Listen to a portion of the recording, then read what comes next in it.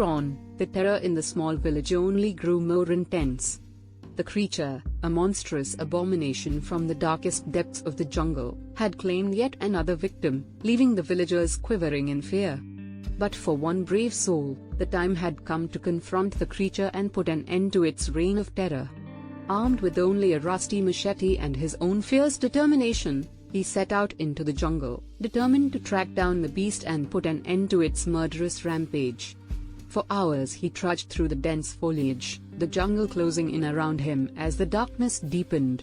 The sounds of the night grew louder and more menacing, the trees rustling and creaking in the wind.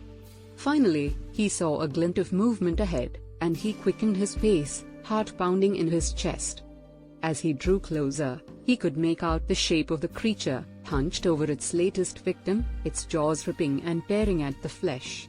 With a fierce roar, the man charged forward, his machete gleaming in the moonlight. The creature turned, its eyes glowing with malevolent glee, and launched itself at him. The fight was brutal and bloody, both man and beast locked in a deadly struggle for survival.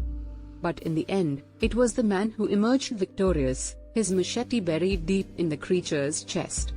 Panting and covered in blood, he looked up at the night sky, feeling a surge of triumph and relief. But as he turned to head back to the village, a wave of dizziness washed over him, and he stumbled and fell to the ground. When he opened his eyes again, he found himself back in his bed, sweat pouring down his face. It had all been a nightmare, or had it? As he lay there, he could still feel the weight of the machete in his hand, and the echo of the creature's dying scream ringing in his ears. The horror of the jungle had followed him home, and he knew he would never be the same again.